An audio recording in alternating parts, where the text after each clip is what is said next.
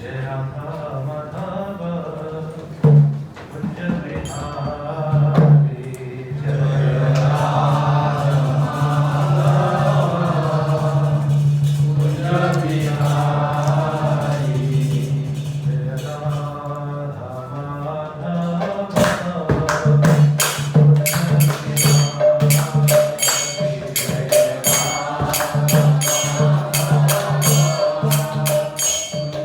बिहारी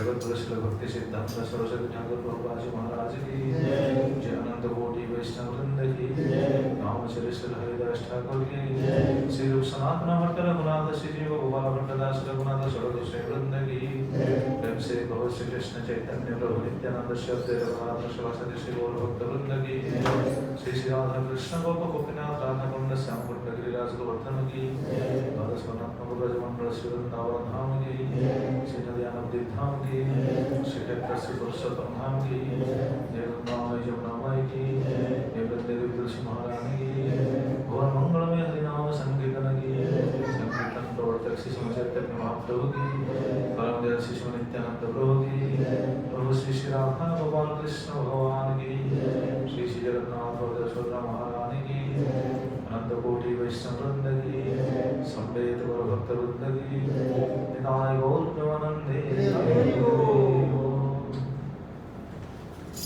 ओम ज्ञानतिमिरान्धस्य ज्ञानाञ्जनशलाकया चक्षुरुन्मिलितं येन तस्मै श्रीगुरवे नमः श्रीचैतन्यमनोभीष्टं स्थापितं येन भूतले स्वयंरूपकलामयं ददाति स्वपदान्तिकम् वन्देऽहं श्रीगुरो श्रीयुतपदकमलं श्रीगुरुन् वैष्णवांश्च श्रीरूपं सङ्कृजातं सर्वरघुनाथान्वितं तं शैवं स्वाद्वैतं सावधूतं परिजनसहितं कृष्णचैतन्यदेवं श्रीराधा कृष्णपादं सहगणा ललिता श्रीविशाखान्वितांश्च ॐ विष्णुपदाय कृष्णप्रेष्ठाय भूतले श्रीमते भक्तिवेदान्त स्वामिनिधे नामिने नमस्ते सरस्वती देवे गौरवाणी प्रचारिणे निर्विशेषशून्यवादी पाश्चात्यदेशतारिणे हे कृष्ण करुणा सिंधो दीनबन्धो जगत्पते गोपेश गोपिका कान्त राधाकान्त नमस्तुते तप्त कंचन गौरंगी राधे वृंदावनेश्वरी कृष्णसभानुसुते प्रणमामि हरिदेव वंशाकल्पतरुभ्यश्च कृपा सिन्धुभ्यैव च पतितानां पावनेभ्यो वैष्णवेभ्यो नमो नमः नमो महावदन्याय कृष्णप्रेमप्रदायिने कृष्णाय कृष्ण चैतन्य नाम्ने गौरद्विषे नमः जय श्री कृष्ण चैतन्य प्रभु नित्यानंद श्री अद्वैत गदाधर शिवासादि गौर भक्तवृंद हरे कृष्ण कृष्ण कृष्ण हरे हरे हरे राम राम राम हरे हरे चल निवासाय नित्याय परमात्मने बलभद्र सुभद्राभ्यां जगन्नाथाय ते नमः ओम नमो भगवते वासुदेवाय ओम नमो भगवते वासुदेवाय ओम नमो भगवते वासुदेवाय ओम नमो भगवते वासुदेवाय ओम नमो भगवते वासुदेवाय ओम नमो भगवते वासुदेवाय हरे कृष्ण। सभी भक्तों को धन्यवाद देता हूँ क्योंकि आप श्रद्धा सहित भगवान की कथा सुन रहे हैं। प्रभु श्री श्री जगन्नाथ बलदेव सुभद्रा महाराज की जो कथा सीरीज चल रहा है, इस सीरीज में हम सुन चुके हैं अभी तक इंद्रद्युम्न महाराज कैसे अवध नगर से निकले, अपने गण सहित, अपने सैन्यों के सहित, अपने सेवक के सहित और रानी गुंडीचा के साथ में नारद मुनि भी आ रहे हैं। वो कैसे अवध से निकलकर पुरुषोत्तम धाम के तरफ जा रहे हैं और रास्ते में जब लिंगराज मंदिर पर आकर पहुंचे, उसी स्थान पर नारद मुनि खुद बताते हैं इंद्रद्युम्न महाराज को, ये लिंगराज मंदिर के महिमा के बारे में और बिंदु सरोवर के महिमा के बारे में वो खुद बताते हैं, जो कि शास्त्रों में है। ऐसा नहीं कि नारद ने अपने आप मन में जो आया वो बोल दिया, नहीं। शास्त्र में सब वर्णन मिलता है। हम कल जो सुन रहे थे कि कौन सी शास्त्र में वर्णन है, स्कंद पुराण मते। स्कंद पुराण में जैसा वर्णन है नारद ने उसी तरह ही बोल रहे हैं इंद्रदेव महाराज को। और बाद में भी हमको पता चला चैतन्य भागवत के माध्यम से कि चैतन्य महाप्रभु जब श्री क्षेत्र को आए थे, वो भी जब पूरी यानी के रास्ते से जब एकाम्र कानन को आए, बिंदु सरोवर में स्नान किए। और वो तो उस समय एक गांव ही था, वहाँ एक रात के लिए भगवान भी निवास किया था। और भगवान भी इस बात को अपने पार्षदों को ये बात बोलते हैं कि ये बिंदु सरोवर कैसे प्रकट हुई और ये लिंगराज मंदिर का महिमा क्या है, इसके बारे में स्वयं चैतन्य महाप्रभु अपने पार्षदों को बताते थे। तो इससे हमको पता चलता है कि लिंगराज मंदिर का महिमा क्या है, कैसे लिंगराज मंदिर वहाँ मतलब भगवान कैसे शिव जी वहाँ आए थे, काशी को छोड़ करके एकाम्र कानन को क्यों आए थे, कैसे आए थे, इसके बारे में हमको कल पता चल गया था। क्योंकि ये भगवान की इच्छा थी। भगवान खुद उनको बताए, स्वयं बताए कि तुम जाओ काशी को छोड़कर एक जगह पर जाओ, उस जगह का नाम है क्या, एकाम्र कानन। उस जगह कहाँ पे है, मेरे धाम से उत्तर दिशा पर है। तो हम सुन रहे थे ना, जहाँ मेरा धाम है मतलब पूरी धाम है, पूरी धाम के उत्तर दिशा पर वो स्थान है। तुम वहाँ पर जाकर निवास करो, अपने गणों के सहित वहाँ जाकर निवास करो। तो वहाँ आकर जब रहने के लिए भगवान आदेश दिया, उस समय शिव जी भगवान से निवेदन किया, प्रभु मैं तो अहंकारी जीव हूँ, मेरा तो अहंकार है, अहंकार वशतः मैं अपने आप को सबसे श्रेष्ठ मानता हूँ, इसलिए आपसे भी मैं युद्ध करने के लिए प्रवृत्त हो गया था। इसलिए मेरा अहंकार को दमन करने के लिए आप मेरे पास रहिए, आपको मेरे पास रहना होगा। अगर आप मेरे पास रहेंगे तो मैं मेरा अहंकार को दमन कर पाऊंगा, इसलिए आपको मेरे पास रहना चाहिए। मैं ये मेरा ये इच्छा है। इस बात को भगवान श्री कृष्ण ने समर्थन किया और बोला ठीक है, तुम जहाँ रहो, तुम जहाँ रहोगे वहाँ मैं भी रहूँगा। इसीलिए भगवान स्वयं राजी होकर शिव जी के साथ ये स्थान पर निवास किया। इसलिए इस स्थान का दूसरा नाम है हरिहर क्षेत्र। हरि रहते हैं, हर भी रहते हैं।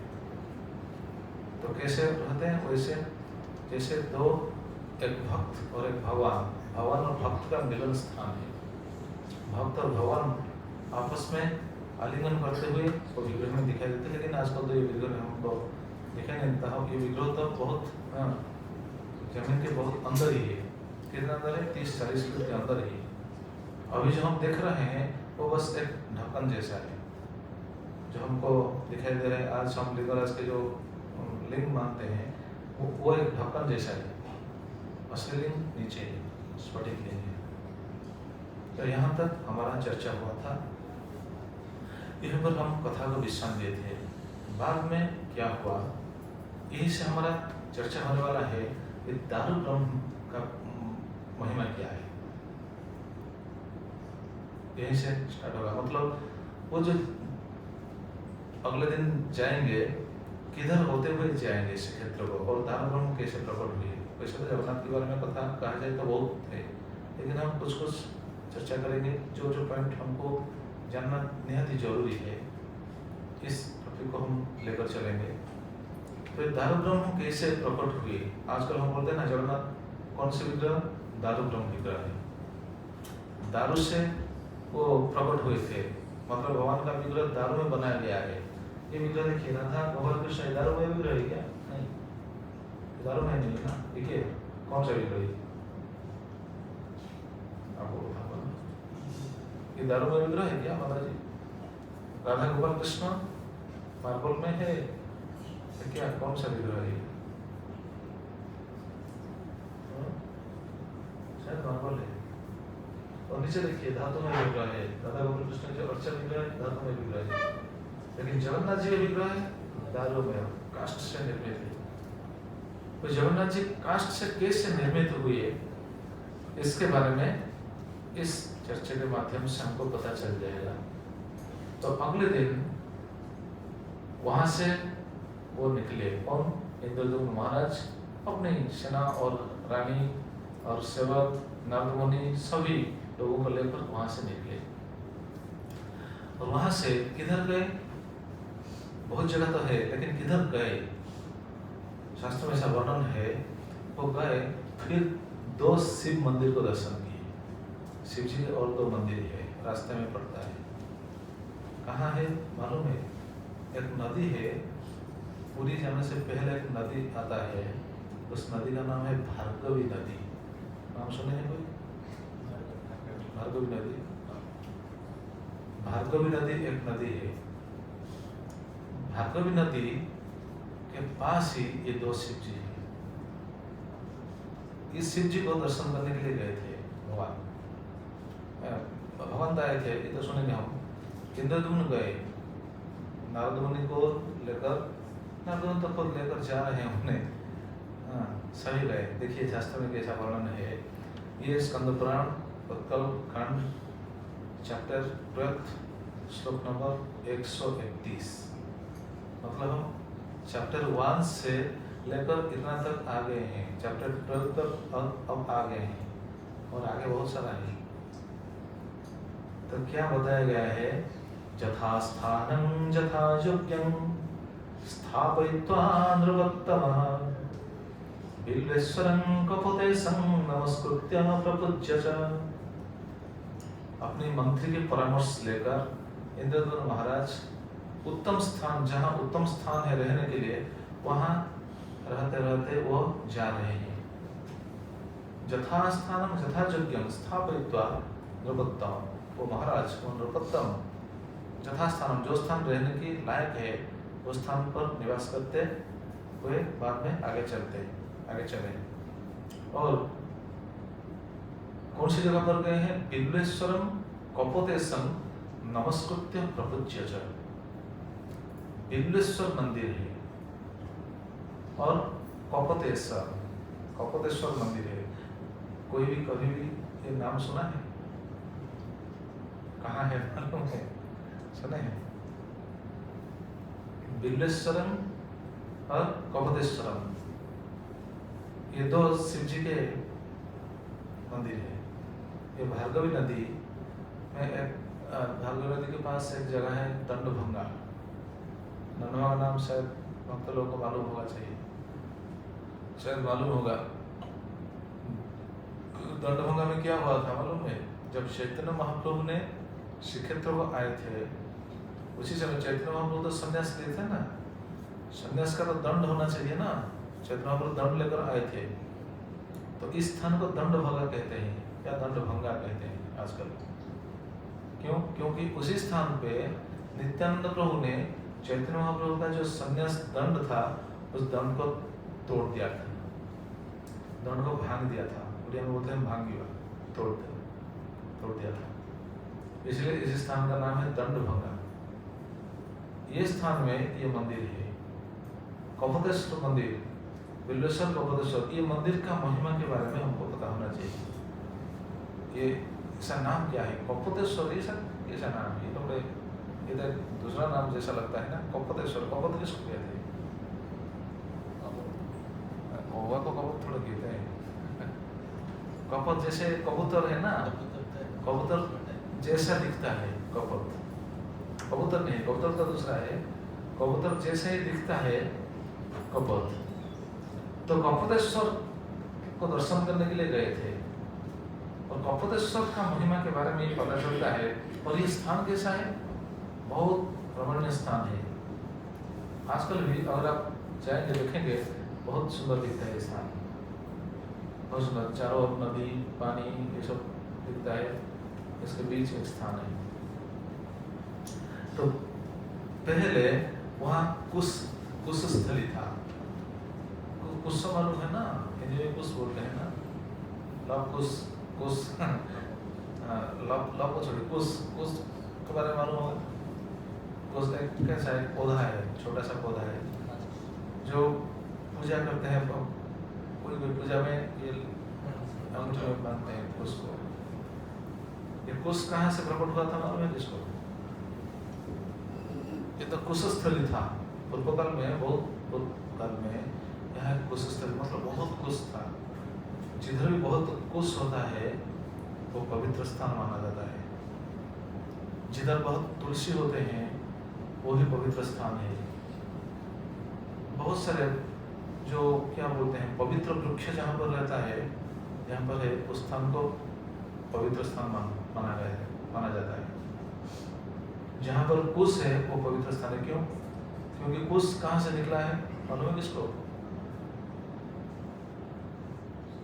कुश, हम जो कुश व्यवहार करते हैं पूजा में, वो कुश कहाँ से आया? भक्त को तो मालूम होना चाहिए ना। ये किसी को भी मालूम नहीं है कुश कहाँ से आया, लेकिन हम तो यूज करते हैं।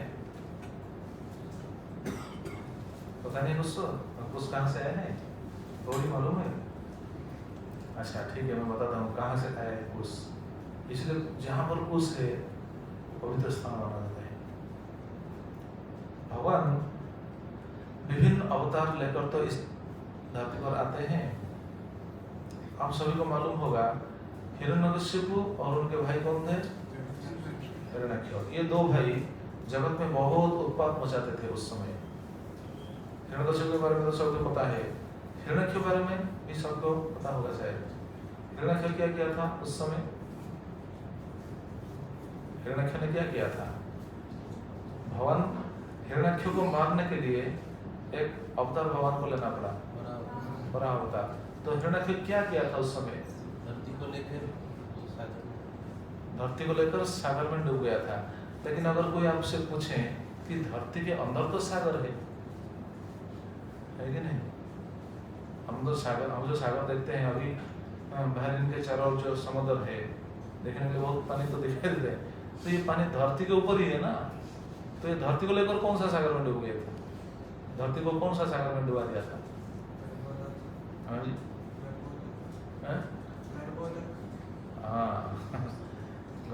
कारण सागर कहते हैं, जो भी हो वो सागर में डुबा दिया था। तो देखिए हिरण्यक्ष कैसा असुर था। आजकल हम सोचते हैं कि वैज्ञानिक लोग बहुत प्रगति किए हैं। जैसे हम देखते हैं बहरीन में बहुत बड़ा बिल्डिंग, बहुत बड़ा बिल्डिंग देखते हैं तो लोग हैरान हो जाते हैं, अरे ये सब आसुरी बुद्धि है। इसको देखकर हैरान नहीं होना चाहिए। बस देखते हैं कि भगवान उनको कैसा बुद्धि दिया है और भगवान की बुद्धि को लेकर वो कैसा से उत्पादन काम करते हैं। बस वही हम तो चर्चा कर रहे थे। नहीं प्रभु जी, हम चर्चा कर रहे थे अगर एक बार बारिश जोर से हो गया तो क्या होगा? ये जितना सारा बिल्डिंग सब गिर जाएगा। बारिश यहाँ नहीं हो रहा है इसलिए सब खड़ा है। अगर ज्यादा बारिश हो जाएगा तो कोई भी बिल्डिंग नहीं रहने वाला है। तो ये बिल्डिंग जो सब है ठीक है, वो तो प्रगति है, लेकिन ये सब आसुरी बुद्धि है। लेकिन हिरण्यक्ष का बुद्धि ये आसुरी बुद्धि ही जैसा था। हिरण्यक्ष के पास कैसा बुद्धि था मालूम है? हिरण्यक्ष हम सुने हैं ना अभी पृथ्वी को लेकर चला गया था। अच्छा जरा सोचिए, हम आज भी पढ़ाई करते हैं, पृथ्वी अपने ऑर्बिट में घूमता है कि नहीं? पृथ्वी का दो गति होता है, हमेशा पढ़ते हैं विज्ञान में। क्या क्या गति है? एक है अपने चारों ओर घूमना और दूसरा है सूर्य की। अच्छा, तो अपने ओर जो घूमता है वो तो ठीक है। सूर्य के चारों ओर जो घूमता है, विज्ञान से जो पता चलता है, ये कितना सही है गलती है तो सही, लेकिन सूर्य के चारों ओर जो घूमता है एक शक्ति के आधार पर घूमता है ना। कौन सा शक्ति? महाकर्षण शक्ति। महाकर्षण शक्ति के अधीन होकर पृथ्वी सूर्य के चारों ओर घूमता है, ऐसा हमको विज्ञान से पता चलता है जो हम पढ़ चुके हैं। तो जरा सोचिए, अच्छा कोई भी महाकर्षण शक्ति के विरुद्ध जा सकता है? अगर हम चाहेंगे महाकर्षण शक्ति के विरुद्ध जाएंगे, जा सकते हैं? नहीं जा सकते। शास्त्रों में से ऐसा पता चलता है, ये तो विज्ञान का सिद्धांत है। सूर्य के चारों 9 ग्रह जो है घूमते हैं, ठीक है, विज्ञान वो बोलता है, लेकिन शास्त्रों से क्या पता चलता है? 14 लोक है, ये भूलोक है, भूलोक है, स्वलोक है, भू भुव स्व मह जन तप सत्य, ऐसा ऊपर 7 लोग हैं, नीचे भी 7 लोग हैं, ऐसा टोटल कितना लोग हैं? 14 लोग हैं। ऐसा जो 14 लोग है, हर लोक में एक ग्रह है, जैसे हम भूलोक कहते हैं, ये भूलोक पृथ्वी को कहते हैं। आगे जाइए, आगे जाइए, तो ये भूलोक कहते हैं, मतलब ये जो पृथ्वी है, तो भूलोक ये पृथ्वी अपने ऑर्बिट में घूमता है और सूर्य के चारों ओर भी घूमता है, विज्ञान यह बताता है। और 14 लोग भी अपने अपने स्थान में है। अच्छा, ये जो अपने अपने स्थान में है, इससे कोई रस्सी में बंधा गया है क्या? ये सब यहाँ हम देखते हैं, इसको बंधा गया है, इसलिए ये सब ऐसा है। फैन ऊपर है लेकिन बंधा गया है कि नहीं? इसलिए इनके साथ उनका कनेक्शन है। तो पृथ्वी जो है शून्य में किसके साथ बंधा हुआ है? पता है किसको? ये विज्ञान का चीज है। हाँ जी, ग्रह के साथ बंधा हुआ है। कैसा? कौन सी रस्सी में? कत्ते की रस्सी या फिर वायर, या कौन सी रस्सी में बंधा हुआ है? जी महाकर्षण। हाँ एग्जैक्टली, वो तो बात हम बता रहे सूर्य थे। के साथ। हाँ, सूर्य के साथ बंधा है ये महाकर्षण, लेकिन किसी व्यक्ति को शक्ति नहीं दिखाई देता है, कैसा वो शक्ति है, कैसे बंधा हुआ है, किसी को पता नहीं चलता है। लेकिन अपनी शक्ति, सूर्य की शक्ति से वो चारों ओर घूमता है। तो मेरा कहने का तात्पर्य ये था कि देखिए, एक ग्रह, पृथ्वी एक ग्रह है ना, एक ग्रह, विज्ञान जो बोलता है, शास्त्र बोलता है ये एक लोक है। तो एक ग्रह अपने ऑर्बिट से और सूर्य के चारों ओर घूमता है, एक शक्ति के अंदर रहते हुए, सूर्य की शक्ति से ये घूमता है। लेकिन हिरण्यक्ष कितना शक्तिशाली था, ये सोचने वाली बात है कि वो शक्ति को दमन करके पृथ्वी को लेकर चला गया था, है कि नहीं? हम कर पाएंगे?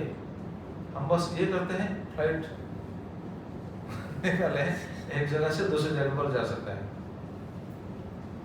लेकिन हिरण्यक्ष का बुद्धि कैसा था? इसलिए कहा जाता है ये सब आसुरी बुद्धि है। कौन सा? हिरण्यक्ष? हाँ, और क्या, वही बड़ा हुआ ना। तो वो लेकर चला गया था। तो इसको दमन करने के लिए भगवान को एक अवतार लेना पड़ा। कौन से अवतार में भगवान इधर आए? वराह अवतार में। तो वराह अवतार में भगवान आकर पृथ्वी को उत्तोलन किए अपने नखाग्र से, नख नहीं, अपने दंताग्र बोलते हैं, नखाग्र से तो हिरण्यकशिपु को नरसिंह मारे थे। दंताग्र से पृथ्वी को उत्तोलन किए। उसी समय हिरण्यक्ष के साथ भगवान का बहुत युद्ध हुआ था। हमारे साथ लड़ाई हुआ था उस समय। भागवतम में आपको ऐसा पता चलेगा कैसे लड़ाई हुआ था। ये भगवान की इच्छा थी, इसलिए जोर से लड़ाई हो रहा था उस समय। हिरण्यक्ष ने बहुत जोर से गदा का प्रहार दिया था और भगवान भी वो गदा प्रहार सहते थे, फिर लड़ाई करते थे। बहुत दिन तक चला। तो लड़ाई के बाद हिरण्यक्ष को भगवान ने दमन कर दिया, निहत कर दिया, हनन कर दिया। बाद में भगवान का अवतार कौन सा स्वरूप में था? वराह स्वरूप में था। वराह अवतार या सुपर अवतार बोलते हैं। तो उसी समय वराहदेव स्वयं भगवान ने, जैसे शुकर अपने देह को ऐसा पानी से उठकर ऐसा झाड़ता है बोलते हैं ना, क्या बोलते हैं, क्या बोलेंगे, झाड़ता है, कुत्ता जैसे झाड़ता है अपने देह को शुकर वैसे भी झाड़ता है।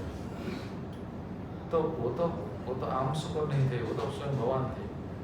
तो भगवान जब उठकर अपने शरीर को ऐसे झाड़े, उसी समय भगवान के शरीर से जो जल बिंदु निकला, जब कोई झाड़ेगा अपने शरीर को, जल बिंदु निकलेगा नहीं? निकलेगा। जितना जल बिंदु सब निकला, वो जल बिंदु सभी लोगों को गया, ब्रह्मलोक तक गया। तो ये जल बिंदु जिस लोक को गया, वहाँ जितने निवासी थे वो सब अपने आप को बहुत सौभाग्यशाली समझते, वो अपने आप को बहुत सौभाग्यशाली समझते, क्योंकि भगवान का शरीर का जल उनको मिल गया प्रसाद रूप में। तो वो अपने आप को बहुत सौभाग्यशाली समझ ले, और उसी समय भगवान का शरीर से जो लोम जो निकला, कुछ लोम भी गया। वो लोम जिधर जिधर जाकर गिरा, उसी लोम से कुछ सृष्टि। इसलिए कुछ इतना पवित्र है। जो कुछ यूज करते हैं ना यज्ञ में, जो भी पूजा कार्य में यूज करते हैं, इतना पवित्र इसीलिए है। देखिए, सनातन धर्मावलंबी को ये बात आज तक पता नहीं, किसी को पता था नहीं। कुछ क्यों पवित्र है, अगर कोई पूछे तो हम उत्तर नहीं दे पाएंगे, लेकिन ये सिद्धांत है भगवान के शरीर का, ये लोम है, लोम से कुछ सृष्टि हुआ, इसलिए पवित्र है। तो ये जो स्थान ऐसा था, एक कुशस्थली था। तो उसी स्थान में और कोई ऐसे जैसे हिंस्र जंतु ऐसा कुछ नहीं रहते थे, बिल्कुल सुंदर स्थान था। लेकिन गुस्सा बहुत कुशाग्र था, कुशाग्र बहुत तीक्ष्ण होता है, और बहुत कंटकी स्थान भी था। उसी स्थान पर शिव जी एक बार गए थे तपस्या करने के लिए। उस दिन हम बता रहे थे ना, शिव जी को तपस्या करने के लिए नितांत स्थान चाहिए, मतलब जहाँ कोई भीड़ भाड़ नहीं हो, सुनसान जगह हो, वो स्थान शिव जी को चाहिए। वो भी ठीक है। आप अगर भक्ति करेंगे, भजन करेंगे, तो मन स्थिर रहेगा। अगर आप सुनसान स्थान में रहेंगे, अगर सभी लोगों के बीच रहेंगे, भक्ति करना प्रयास करेंगे, तो इतना आसान नहीं हो पाएगा। इसका मतलब नहीं कि हम भक्ति नहीं करेंगे, नहीं करेंगे। इसलिए जब नाम करते हैं, नाम जप करते हैं, अकेला नाम करना चाहिए, और अकेला भी हम नाम कर नहीं सकते हैं, इसलिए भक्तों के साथ मिलकर नाम करना चाहिए। लेकिन बाजार में इधर उधर घूम घाम के नाम करना ये सही नहीं, नाम नहीं हो पाएगा। चलो, भक्तों के साथ मिलकर बैठकर, तो प्रभुपाद ऐसा सिस्टम किया है, मंदिर में भक्तों के साथ बैठकर नाम करना चाहिए। जितने भी हम नाम करेंगे, उतना समय भगवान के पास हमारा मन लग सकता है, लगेगा। या फिर एकांत में बैठकर अगर भगवान को याद करते हुए अगर नाम करेंगे तो मन लग सकता है। लेकिन बाजार में घूमते हुए अगर माला लेकर हम नाम करेंगे, क्या भगवान के साथ हमारा मन लग सकता है? क्या भगवान के पास मन जाएगा? नहीं जाएगा। इसलिए शिव जी ऐकांतिक स्थान ढूंढते हुए, जहाँ ऐकांतिक स्थान उनको मिल जाता है, वहां जाकर वो तपस्या कर लेते हैं। उसी तरह शिव जी वहां आकर बहुत कठोर तपस्या किए थे। और तपस्या मतलब आँख कान बंद करते हुए भगवान को ध्यान करना, ऐसा नहीं। शिव जी भगवान का नाम लेते हैं। शिव जी के हाथ में माला है, देखे है ना कोई? शिव जी के हाथ में भी माला है, माला लेकर वो जप करते हैं, भगवान का नाम लेते हैं। तो वहां जाकर शिव जी ने तपस्या किया। कैसे तपस्या किया बताते हैं। तत्र ते तपस्तिभ्रं वायुभक्षो महेश्वर कपोतैव सूक्ष्मभूत अष्टमूर्तिरपि प्रभु। वो ऐसा कठोर तपस्या की, अष्टमूर्ति होकर, मतलब अपने आप को आठ स्वरूप में प्रकट करके वहां तपस्या की। इतना कठोर तपस्या, मतलब भगवान के साथ मन लगाने की प्रयास। तपस्या से ही व्यक्ति शुद्ध होता है। अगर हम तपस्या करेंगे तो शुद्ध होंगे। तपस्या के बारे में तो भगवद गीता में भी भगवान बताया है, भागवतम में भी ऐसा वर्णन है। भगवान खुद बताते हैं हमको तपस्या करना चाहिए। आजकल तो कोई तपस्या नहीं करता है, लेकिन तपस्या करने से ही अपना सत्ता शुद्ध होगा, अपना चित्त शुद्ध होगा, अपना विचार मार्जित होगा, सही विचार हमारा अंदर आएगा, भगवान के पास हमारा मन जाएगा, हमारा मन भगवान के पाद पद्मों पर लगेगा। ये तपस्या का फल है। इसलिए भगवान खुद बताते हैं तपस्या करने के लिए। किधर बताते हैं? श्रीमद् भागवतम में। तपो दिव्य पुत्र का जैन सत्यम शुद्धि जस्मा ब्रह्म सौख्यम ज्ञानंतम। भगवान अपने पुत्रों को ये शिक्षा देते हुए बताते हैं, हे पुत्रगण तपस्या करो। ऋषभदेव भगवान अपने 100 पुत्रों को एक साथ बैठाकर ये शिक्षा देते हैं, हे पुत्रगण तुम सब जाकर तपस्या करो। क्यों? क्योंकि तपस्या करने से सत्ता शुद्ध होता है। तपस्या करने से अपना सत्ता शुद्ध होगा, तो तपस्या नहीं करने से सत्ता शुद्ध नहीं होगा। तो आजकल का तपस्या क्या है? आजकल हम क्या तपस्या करोगे? तपस्या कर पाएंगे? नहीं कर पाएंगे। इसलिए प्रभुपाद बताते थे, महापुरुष जो बोलते थे कि आजकल का तपस्या और कुछ नहीं है, बस तपस्या का सिद्धांत है कलयुग में सिर्फ नाम लेना। हरे कृष्ण कृष्ण कृष्ण हरे हरे, हरे राम राम राम हरे हरे। ये नाम लेना ही, नाम जप करना ही तपस्या है। अगर हम बाद में नाम लेंगे तो भगवान जरूर प्रसन्न होंगे, हमारा मन स्थिर होगा। तो शिव जी जाकर ऐसा तपस्या 8 भाग से अपने आप को व्यक्त करके तपस्या की। और ऐसा तपस्या करने के बाद देखिए क्या बताया गया है, तत्र तेपे तपस्तीव्रम, तीव्र तपस्या किए। क्या भोजन कर रहे थे? हम अगर तपस्या करेंगे तो हमको तो कुछ ना कुछ तो भोजन चाहिए, लेकिन शिव जी क्या भोजन कर रहे थे उस समय? वायु भक्ष्यो महेश्वर, महेश्वर शिव जी वायु भक्ष्यो, वायु भक्षण करते हुए वो तपस्या कर रहे थे। वायु भक्षण करना मतलब दूसरा कोई खाना नहीं है वहाँ। हम वायु भक्षण करते हैं कि नहीं? हम वायु भक्षण करते हैं, लेकिन फिर भी हमको खाना चाहिए, क्योंकि हमारा शरीर ऐसा है, कलयुग का शरीर हमारा है। सिर्फ वायु भक्षण करके हम रह नहीं पाएंगे।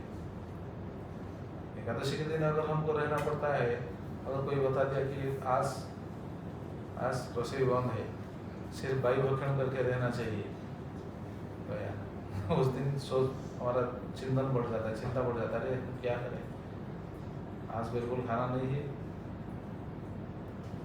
तो शिव जी ऐसे भगवान के परम भक्त है, इसलिए सिर्फ वायु भक्षण करके उन्हें तपस्या किया। जैसे पहले जितने भक्त थे उनका तपस्या का तीव्रता ऐसा ही था। जैसे ध्रुव महाराज जो तपस्या कर रहे थे, ध्रुव महाराज की तपस्या के बारे में आपको अगर पता चले तो आप हैरान हो जाएंगे। वो इतना कठोर तपस्या करते थे, मालूम है कितना कठोर तपस्या, वो भी ऐसा वायु भक्षण करके। बाद में एक क्या बोलते हैं, कपिथा, कपिथा मतलब हिंदी में क्या बोलते हैं, उड़िया में बोलते हैं जो कपिथा, एक कपिथा खाकर वो तपस्या कर रहे थे। बाद में वो भी छोड़ दिए, सिर्फ पत्ता खाकर तपस्या की। बाद में वो भी छोड़ दिए, सिर्फ पानी पीकर तपस्या की। बाद में वो भी छोड़ दिए, सिर्फ वायु भक्षण करके तपस्या की ध्रुव जी ने। एक महीने में उनका डायरेक्ट ऐसा मिनिमाइज होकर चला, और लास्ट में वो भी छोड़ दिए, वायु भक्षण करना भी छोड़ दिए। जरा सोचिए, हम रह पाएंगे? इम्पॉसिबल, बिल्कुल असंभव है। ध्रुव महाराज ने वो भी किया, इसलिए तो भगवान आ गए उनके पास। वायु भी लेना छोड़ दिया। जब ध्रुव महाराज ने वायु भक्षण करना भी छोड़ दिया, उससे देवता लोग का क्या हुआ जाए मालूम है? देवता लोग का वायु चलाचल होना बंद हो गया, वो सब समस्या में पड़ गए। वो सब जाकर भगवान से प्रार्थना की, प्रभु जी क्या हो गया, वायु नहीं है इधर, वायु था लेकिन उनका बंद हो गया। सब तपस्या का फल देखिए कितना। तो शिव जी वैसे तपस्या कर रहे थे, वायु भक्षो महेश्वर, महेश्वर को वैसे वायु भक्षण करके तपस्या, ऐसा तपस्या उनका चला। उस समय उनका शरीर क्षीण हो गया, छोटा हो गया। कैसा हो गया? बोलते हैं कपत इव सूक्ष्म अभूत, जैसे कपत जैसा हो गया। इसीलिए शिव जी का वहाँ नाम हुआ कपतेश्वर। आज भी ये मंदिर है, अगर कोई जाएगा तो देखेगा, कपतेश्वर मंदिर है। हाँ मालूम, मैं पहले बताता था, ये जो भार्गवी नदी है ना, भार्गवी नदी के पास दंडभंगा है, दंडभंगा अब भीतर जाएंगे तो दिखाई देगा कपतेश्वर। वहाँ गए थे इंद्रदेव महाराज, नारद मुनि और अपने टीम जो आए थे उनके साथ, रानी, मंत्री, सैन्य, सेवक, ये सब वहाँ गए थे। जाकर देखे, और ये स्थान कैसा पवित्र है जरा सोचिए, उसके बारे में बताया गया है शास्त्रों में। तप प्रभावा तस्यासि स्थले वृंदावनोपमा, सरस्तलाग सरसी नदी भी शोभितंतरा। हम सब चाहते हैं वृंदावन जाने के लिए, वृंदावन जाने से हम अपने आप को बहुत सौभाग्यशाली समझते हैं, है कि नहीं? बहुत सौभाग्यशाली हम समझते हैं, हाँ मैं वृंदावन गया था, वृंदावन जाकर आ गया, दर्शन करके आ गया, क्या दर्शन किया पता नहीं लेकिन अपने आप को बहुत सौभाग्यशाली मानते थे। तो देखिए ये स्थान का प्रभाव कैसा है। शिव जी के तपस्या के प्रभाव से, शिव जी का ऐसा उग्र तपस्या था वहाँ पे, बोलते हैं तपः प्रभाव तस्यासीत् स्थली वृंदावनोपमा। वह स्थली शिव जी के तपस्या से वृंदावन के जैसा हो गया था। मतलब आज भी वृंदावन जैसा पवित्रता वहाँ हमको मिलेगा। ये स्थान का प्रभाव ऐसा है। हालांकि हमको वृंदावन जैसे दिख नहीं सकता है आजकल, क्योंकि वृंदावन में तो गिरि गोवर्धन भी है, कानके बिहारी भी है, निधिवन भी है, सेवाकुंज भी है, ये तो सब है ना। वहाँ ये सब नहीं है, लेकिन पवित्रता की दृष्टि से अगर विचार किया जाए तो उस स्थान का पवित्रता वैसा ही है। जरा सोचिए, हमारा उत्कल में, उड़ीसा में ऐसा कैसा स्थान है। जो उत्कलवासी है उनको पता होना चाहिए, और जो नहीं है वो अगर जाएंगे तो सोचने वाली बात है कैसा स्थान को जा रहे हैं, है कि नहीं? इतना पवित्र स्थान है। और सरस तड़ाक सरस्य नदी भी शोभितांतरा, वहाँ क्या क्या दिखाई देता है। वृंदावन में जो सब चीज दिखाई देते हैं वैसा कुछ कुछ चीज हमको देखने के लिए भी मिलेगा। क्या क्या मिलेगा? सरस तड़ाक सरस्य नदी भी शोभितांतरा, जैसे सरोवर, पुष्कर, सरोवर हिंदी में क्या बोलते हैं? तालाब, नदी, झरना, ऐसा सब दिखाई देता है आजकल भी। जाएंगे तो आपको पता चलेगा। दंडभाग आश्रम बहुत सुंदर है, दंडभाग जो जगह है बहुत सुंदर है। मैं 2-3 बार गया है, बहुत सुंदर, देखने के लिए बहुत सुंदर है। एक ऐसा स्थान, आज भी ऐसे स्थान है जहाँ देखने के बाद आपको पता चल जाएगा हाँ ये जरूर पवित्र स्थान है, ये जरूर भगवान का लीला क्षेत्र है, पता चल जाएगा। आपने कभी गए हैं चित्रकूट? कोई गया है चित्रकूट? आप गए हैं? वहाँ एक गुप्त गोदावरी देखेंगे, अंदर से, पहाड़ के अंदर से निकलता है जो गोदावरी बोलते हैं, गुप्त गोदावरी। आप जाएंगे तो हैरान हो जाएगा वो जगह को देखकर। ऐसा स्थान है, वो देखने के बाद आपको पता चल जाएगा कि ना ये कोई मनुष्य का बनाया हुआ नहीं है कि नहीं? अंदर जब जाएंगे तो पता चल जाएगा ये जरूर भगवान के प्रतिनिधि कोई बनाया है या फिर विश्वकर्मा ही बनाया है। ऐसा स्थान है, बहुत स्थान है। नैमिषारण्य कोई गया है? नाम तो सुने होंगे ना, नैमिषारण्य। नैमिषारण्य, अगर नैमिषारण्य कोई जाएगा तो पता चल जाएगा नैमिषारण्य का महिमा के बारे में।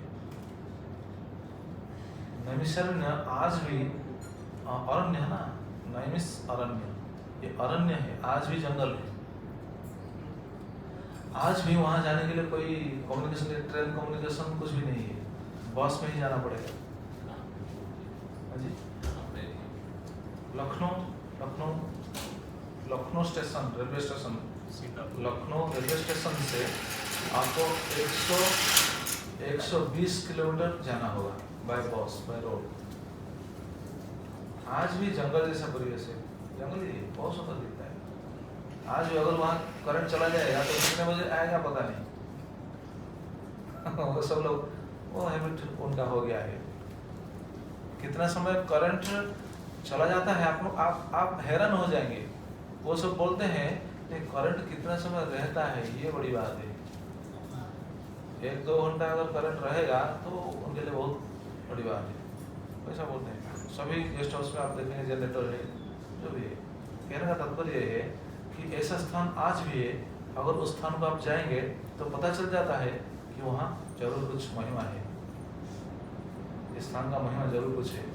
मैं जितना स्थान आज तक भ्रमण किया है, मुझे 2 स्थान बिल्कुल ऐसा लगा जो स्थान में बोला, चित्रकूट और नैमिषारण्य।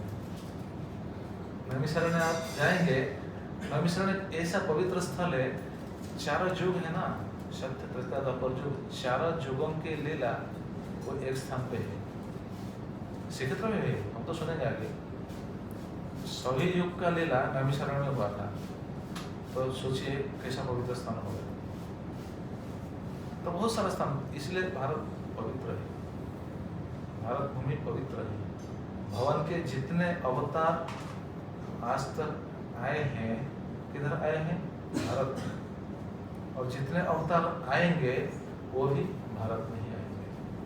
ये बहरीन सऊदी यहाँ नहीं आए यहाँ है हमको कृपा करने के लिए जगन्नाथ जी है विग्रह के रूप में, राधा गोपाल कृष्ण है विग्रह के रूप में।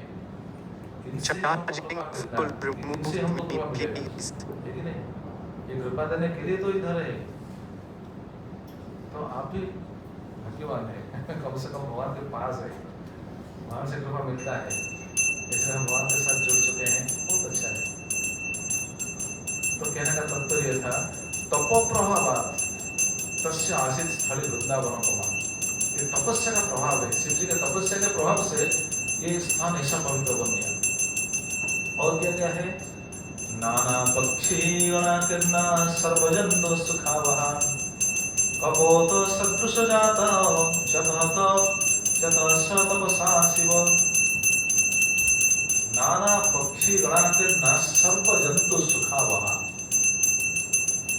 बहुत वैरायटी आपको देखने के लिए मिलेगा। इनका पक्षी का बहुत वैरायटी आपको वहां देखने के लिए मिलेगा। नाना पक्षी गणाकीर्णा सर्व जंतु सुखावहा। जितने भी वहां जीव, जितने भी जंतु है, सब सुख में रहते हैं। इससे ये पता चलता है कि वहां कोई वैरी भाव नहीं है, शत्रुता भाव नहीं। देखिए कहने का तात्पर्य क्या है, शास्त्र में क्या बताया गया है? अगर पशु पक्षी के बीच अगर शत्रुता भाव नहीं है, वैरी भाव नहीं है, तो आदमी के बीच क्या हो, कैसे हो सकता है भाव? जरा सोचिए। आजकल हाँ वो बदल गया है, आजकल का स्थिति तो बदल गया है, लेकिन वो स्थान का प्रभाव ऐसा है।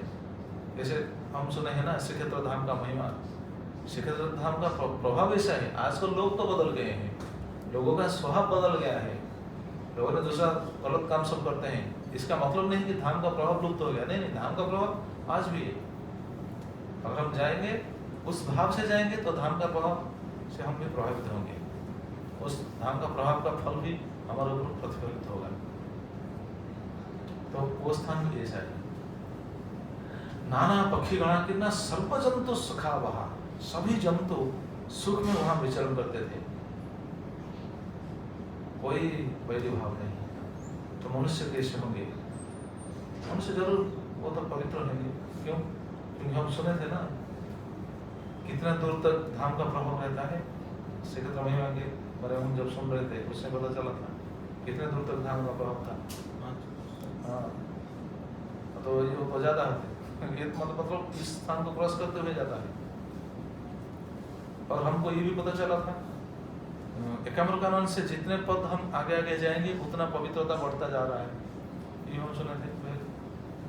तो वो स्थान तो बहुत पूरी के नजदीक है ना। क्या बाजार का नाम है आज है,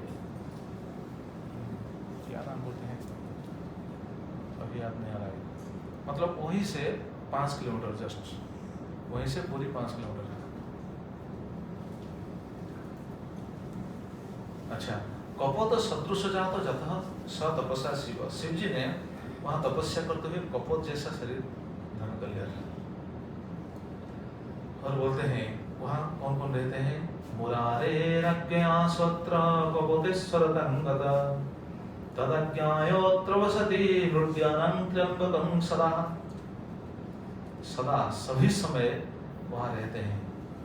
मुरारे आज्ञा स्वत्र कपोतेश्वर गता।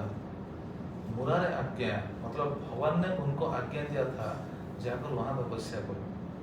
ये बात अभी पता चला। वो गए थे लेकिन भगवान की आज्ञा से गए थे। मुरारे आज्ञा भगवान की आज्ञा से वो गए थे, तुम वहां जाकर भी तपस्या करो। सो अत्र कपोतेश्वर गता तदाज्ञया अत्र वसति। उनके आज्ञा से वो वहां रहते हैं, वहां वो ठहरने बस गए, वहाँ बस गए। किसके साथ? बोलते हैं तदा आज्ञा अत्र वसति मृड्यानं त्र्यंबक सदा। मृड्यानं त्र्यंबक, शिव जी पार्वती के साथ वहाँ रहते हैं, सदा वसति। भगवान के आदेश से वो वहाँ रहते हैं। कौन सी जगह? कौन सा मंदिर? कपतेश्वर। ये मंदिर को इंद्रदेव महाराज अपने गण सहित अपने टीम के सहित जाकर वहाँ दर्शन किए। कपतेश्वर मंदिर एक जगतसिंहपुर में है, कोई मतलब नहीं, वो दूसरा है। दूसरा है। हाँ, एक नाम में बहुत सारा मंदिर हो सकता है। कपतेश्वर शिव मंदिर हाँ, है। बहुत सारा मंदिर है, जैसे नीलकंठेश्वर, वो जगह पर नीलकंठेश्वर अलग अलग जगह पर है ना। तो ये जो नाम बताया गया है उसी स्थान में जो है, उसी नाम से तो बहुत सारे, जैसे लोकनाथ, लोकनाथ सिर्फ पुरी में ही क्या, वो जगह पर नहीं है उसी प्रकार।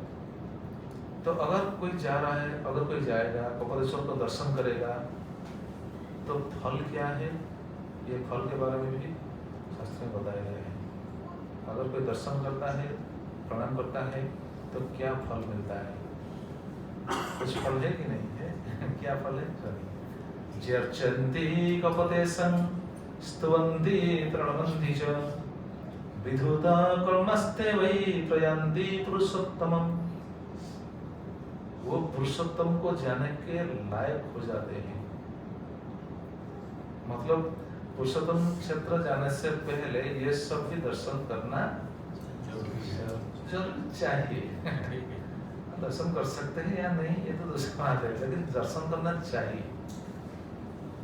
दर्शन करने से क्या फल मिलता है बताया गया है। जे अर्चन्ति कपतेशं, जो वो कपतेशं, कपतेश्वर शिव जी को जो अर्चन करते हैं, और स्तुवन्ति प्रणमन्ति च, जो स्तुवन करते हैं, और प्रणमन्ति जो प्रणाम करते हैं, जो प्रणाम करते हैं, स्तुवन्ति स्तुवन करते हैं, अर्चन्ति अर्चन करते हैं। शिव जी का अर्चन कैसा होता है? शिव जी का अर्चन कैसे करेंगे हम? भगवान का अर्चन तो तरह तरह के होता है, शिव जी का अर्चन कैसे होता है मालूम है? सभी को मालूम है, बस सोच में पड़ गया, अरे कैसा होता है शिव जी का अर्चन? हाँ, और क्या, शिव जी के ऊपर जल छिड़कने के प्रक्रिया वही है, मतलब जल छिड़क कर ही अर्चन किया जाता है। शिव जी के लिंगों पर जल छिड़कते हैं ना, वही तो अर्चन है। अगर कोई जाकर वहाँ दर्शन करता है, स्तुवन करता है, अर्चन करता है तो क्या फल है? विधुत कर्मस्ते वै प्रयान्ति पुरुषोत्तम। विधुत कर्म, उनका सभी पाप छूट जाता है, वो निष्पाप हो जाता है। शिव जी के, देखिए शिव जी के दर्शन करने से ऐसा फल मिलता है। क्यों मिलता है? अगर किसके मन अगर ये प्रश्न आएगा कि शिव जी के दर्शन से ऐसा कैसा पाप सब धुल जाता है, ऐसा कैसे हो सकता है? क्योंकि शिव जी के परम वैष्णव, एक कारण। सेकंड कारण है शिव जी वहाँ रहते हैं भगवान की आज्ञा से, तो भगवान का जो आज्ञा पालन करता है वो पवित्र है, उनको दर्शन करने से भी पवित्रता आ जाता है। जैसे हम वैष्णव बंधन में ऐसा सुनते हैं ना, तुम्हार हृदय सदा गोविंद विश्राम, गोविंद कहे नमो, वैष्णव प्रणाम, वैष्णव प्रणाम। गोविंद उनके हृदय में है, इसलिए उनको अगर दर्शन करेंगे तो पवित्र हो जाएगी। गंगा क्या बोलते हैं? गंगा परसहिते पश्चाते पावन, दर्शन पवित्र करो ये तुम्हार गुण। वैष्णव बंधन में ऐसा है कि नहीं? गंगा परसहिते पश्चाते पावन। अगर हम गंगा को जाते हैं, स्नान करते हैं, गंगा को स्नान करने के, गंगा में स्नान करने के बाद हम पवित्र होंगे, ऐसा शास्त्र में ऐसा वर्णन है। गंगा में स्नान करेंगे, जल स्पर्श करने के बाद पवित्र होंगे, लेकिन अगर वैष्णव को दर्शन करेंगे, दर्शन करने से पवित्र हो जाएंगे। दर्शन पवित्र करे ई तुम्हार गुण। दर्शन करने से पवित्रता आ जाता है। और शिव जी तो परम वैष्णव है, भगवान के आदेश से वहां रहते हैं, इसलिए कहा जाता है विधुत कर्मस्ते, सभी पाप उनका धुल जाता है और वे वही प्रयान्ति पुरुषोत्तम, वे श्रीक्षेत्र धाम को पवित्र होकर जाते हैं। जरा सोचिए, श्रीक्षेत्र धाम को अभी जो गया नहीं, अगर वहां दर्शन कर देगा तो वो पवित्र हो जाता है। अब धाम को जाने के बाद क्या हो सकता है, जरा सोचिए। कहा जाता है ना, सोने पे सुहागा, सोने पे सुहागा। धाम से जब पाप विजय किसका रहेगा, वो भी धाम से जाने से हाँ, और क्या? साफ हो जाएगा। हाँ, वो भी सुनेंगे। धाम को जाने से सब पवित्रता आ जाता है, लेकिन अगर धाम को जाकर अगर हम पाप करेंगे, वो भी सोचने वाली बात है। ये बात हम आगे सुनेंगे। है ना? धाम को अगर जो भी जाता है, जैसा भी हो, और धाम को जाएगा तो पवित्र हो जाएगा। लेकिन पवित्र हो जाएगा, लेकिन आने के बाद वो तो फिर पाप करेगा ना, वो तो फिर अपवित्र हो जाएगा। इसलिए क्या करना चाहिए? बार बार जाना चाहिए, रोज जाना चाहिए धाम को। यही। अच्छा, हम रोज जा सकते हैं क्या? रोज नहीं जा सकते हैं, इसलिए रोज क्या कर सकते हैं? रोज तो एक काम कर सकते हैं ना, क्या कर सकते हैं? रोज भगवान का नाम कर सकते हैं। हरे कृष्णा कृष्णा कृष्णा हरे हरे, हरे राम राम राम हरे हरे। रोज भगवान का नाम कर सकते हैं। नाम करने से तो सभी पाप धुल जाता है। तो इसे धाम का महिमा है। तो आज तो समय हो गया, अभी तो ठाकुर जी भोग लग चुका है, दर्शन मिल गया है। अभी कथा को हम विश्राम देंगे, बाद में कल इससे आगे जाएंगे। आज कौन सी महिमा सुने हैं? कपतेश्वर। कल हम सुनेंगे बिल्वेश्वर की महिमा। हाँ? हाँ। कल हम सुनेंगे बिल्वेश्वर की महिमा। वो दो शिव जी को दर्शन करने के लिए वो गए थे, और दर्शन करने के बाद वो गए श्रीक्षेत्र को। तो कपतेश्वर को दर्शन किए और बिल्वेश्वर को भी दर्शन किए। बिल्वेश्वर भी वही है, पास में ही। तो बिल्वेश्वर के महिमा के बारे में हम कल सुनेंगे। ठीक, हरे कृष्ण। बहुत बहुत धन्यवाद। श्री श्री जगन्नाथ बलदेव सुभद्रा महारानी की जय, कपतेश्वर महादेव की जय, श्रील प्रभुपाद जी महाराज की जय, जय पतित पावन श्री गुरुदेव की जय, अनंत कोटि वैष्णव वृंद की जय, संवेद गौर भक्त वृंद की जय, निताई गौर प्रमानंदे। ठीक है, आगे क्या होने वाला है? प्रभु जी आपको